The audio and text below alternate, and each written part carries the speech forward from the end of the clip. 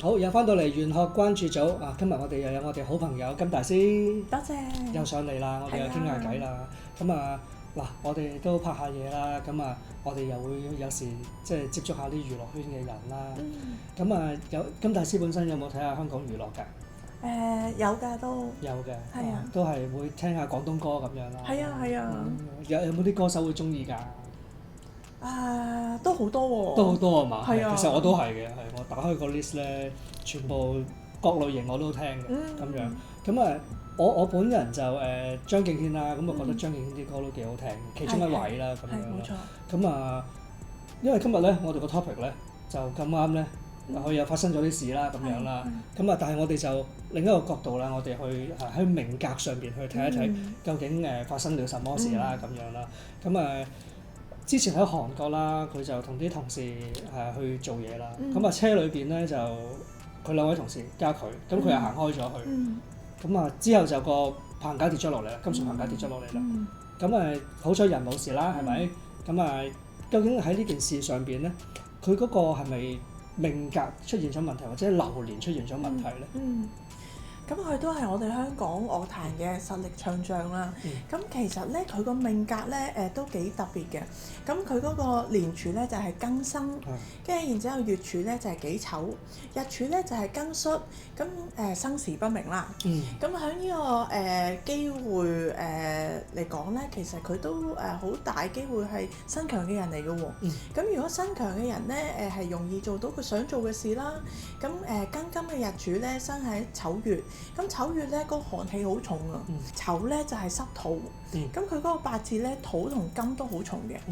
咁歌手呢個行業嚟講咧，有食傷咧比較蝕到佢嗰個日主嗰個強旺嗰個力度。咁而佢食傷係充足嘅喺個八字裏邊。咁所以咧佢做歌手咧可以睇到佢係才華洋溢啦。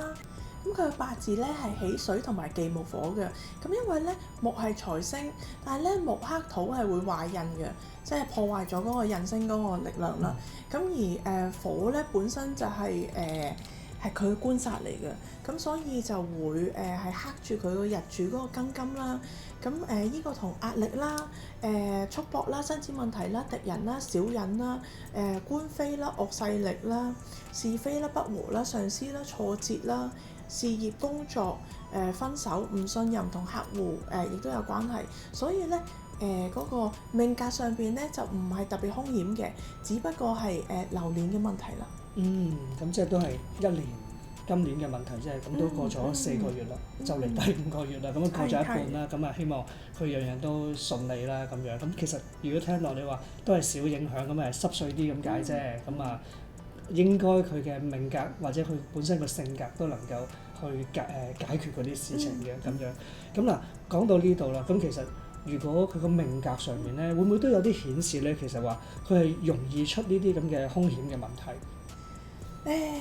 其實都唔係好關個命格事嘅，只不過係流年，即係我哋喺呢個丙午年嘅時候，咁因為日元庚金咧係會受到兩個太歲威脅啦，即係丙火午火啦。咁同埋咧喺個大運佢嗰個天干咧，嗰個甲木嘅偏財咧，首先係衝咗個年干，再衝個日干，咁所以咧其實形成咗一個金木交戰嘅局面啊。咁呢個係容易應手術啦、開刀啦、意外啦。咁如果係女士嚟講嘅話，有機會係會做一啲叫做人工受孕嘅方法，咁樣嘅。就去應咗件事啊！人工受孕都得嘅。係。即係會應生仔嘅。會可以應咗呢度力咯。應咗呢度力。如果咁巧有 BB，開刀生 BB 應唔應到？都可以。都可以嘅。咁都算係一個解決嘅辦法喎。咁喜慶事啊嘛，生仔幾好喎。咁樣嘅。咁咧太歲嘅克咧，加埋大運嗰個天干咧，喺成個八字嗰度衝咗2次喎。咁所以咧，其實對於佢老闆、上司、父母都其實有頗大嘅挑戰嘅今年。咁咧流動資金方面啦，咁同埋即係由呢個角度嚟講咧，所以今年唔會話覺得係特別好嘅年咯。即係可能相較起以往就冇咁順暢啦，可能有啲棘位咁樣。係。咁啊張敬軒由07年推出《學愛》之後咧，就一直紅到而家啦。咁啊佢講下佢性格咧，其實大家都想解構佢真正個性格究竟係點樣，因為有時藝人我哋表現出嚟其實可能係一個完美嘅一面，咁但係實質佢個內心世界會係點樣嘅？其實佢咧就係溫文好學，反叛強勢，亦都有霸氣嘅喎。咁唔會特別係依照上司嘅意思啦，咁亦都因為八字個土好重，所以咧個人係比較固執啦，直來直往嘅。咁咧唔會好接受一啲評論啊，或者係中意安穩而怯於突破啊。如果佢認定咗一件事嘅話咧，其實唔會好輕易去妥協嘅。咁同埋咧，土係屬於佢嘅印星，咁佢會對於長輩啊、老闆啊、高層啊特別尊重嘅。同埋佢命格咧好多貴人嘅，咁因為咧佢多天月啦、月德啦呢啲貴人星，咁所以咧有機會有問題嘅時候咧，啲貴人就會埋嚟揾自己啦，即係要同自己去解決問題啊、遇難情長咁樣，所以命格級數係高嘅。咁實際上邊，如果兩個人都係有貴格嘅，咁其實佢呢一種嘅話咧，可以拋離9條街。即係佢會比較再強啲。係啦，再強啲嘅，係啊。咁因為頭先講咗佢特別多貴人星啦，咁所以貴人處處嘅。咁好多時候咧，令到佢喺多變嘅世道之中咧，都無懼風雨。哇！出嚟做嘢，貴人好重要，係啊，真係越多越好，係啊，所以佢能夠可以有呢個成就，其實可能係好多人喺背後一路推佢咁嘅狀態。咁如果照你頭先咁樣解構咧，其實佢都幾做翻自己嘅，因為我哋平時喺熒幕上見到佢啦，佢表現出嚟都係似你所講嘅嗰一種人嘅喎，冇錯咁樣嘅。好啦，金大師，咁要問下啦，咁點解阿軒仔就可以咁樣大紅大紫，即係命格上去點樣睇到一個人可以大紅大紫？其實因為佢揀啱咗一啲合適佢嘅行業，咁好似佢條命咧，跟住要水啦，咁水頭先講過就係佢嘅食神傷官啦，咁而食神傷官咧就係係一啲要表達自己思想嘅、情緒嘅、想法嘅。創意見解技術啦，或者係興趣啦，咁唱歌本身就係夾雜咗頭先以上講嘅嗰一啲元素，咁因為包含咗呢啲表象，所以喺個命理上邊咧，其實佢唱歌係容易闖出成就嘅。係，咁係咪逢親即係金水重嘅人咧，佢都比較適合娛樂圈，或者係容易喺娛樂圈嗰度得到個成就？冇呢一個關係嘅，只不過如果佢可能多金嘅，佢可能唱歌會容易好聽咧。係嚇，多金，或者佢個用神係金，而佢又多金，咁呢個係唔錯嘅唱歌嚟講。原來咁樣，咁稍後我俾個八字你睇下，可唔可以加樂壇先啊？好啦，金大師，咁以上你都解構咗大部分軒仔嘅命格啦。咁以軒仔嘅命格裏邊，佢會唔會有一啲比較特別啲嘅性質，會喺個命裏邊表現出嚟？佢有一個好特別之處咧，就係佢係叫灰光命。咁呢個咧就會係多桃花啦。咁另外咧就係好外向嘅，氣勢好強嘅。咁呢啲係好擅長去辨識人哋身處嘅境況啦。咁係亦都係一啲將軍之數嚟嘅，即係話做大事嘅。咁容易有下屬，喺個感情世界裏邊咧，係比較容易會逼迫伴侶啊，或者係會好多批評啊咁樣嘅，容易喺感情上邊有狀況啦。咁日常生活嘅話，如果咁啱我遇到個伴侶冇交嗌嘅喎，完全大家都唔會嘈嘅，咁可能對方就會比較衰啦。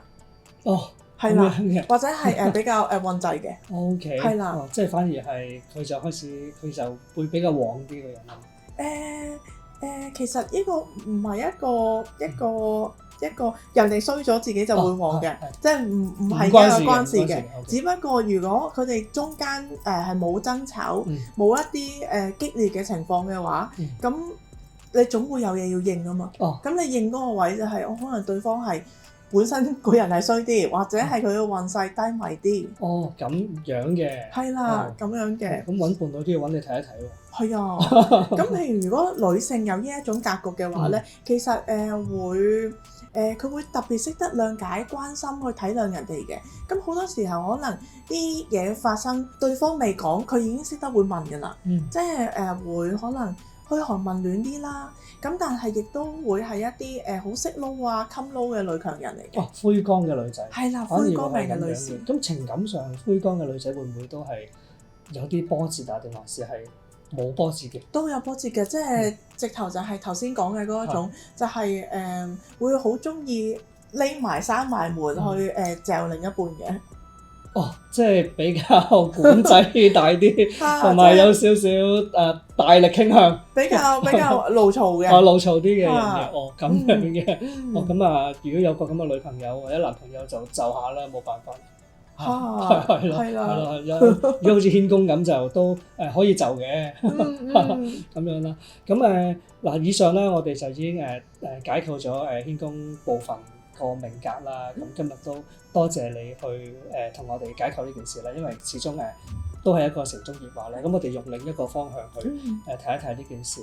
咁下次我哋又再試下其他題目噶咯喎。咁比較稍後我哋做嘅題目可能都比較貼住個市場啲啦，可能 juicy 啲啦咁樣啦，咁要靠晒金大師啦。多謝。好 ，thank you 你啊今日。好啦，咁今日差唔多啦，咁記得follow 我哋啦 ，subscribe 啦，同埋分享影片啦，同埋做一啲留言啦，話俾我哋聽想睇啲乜嘢啊，或者係想講啲乜嘢 topic 咧。咁今日多謝金大師啦。多謝你。好，多謝你，拜拜。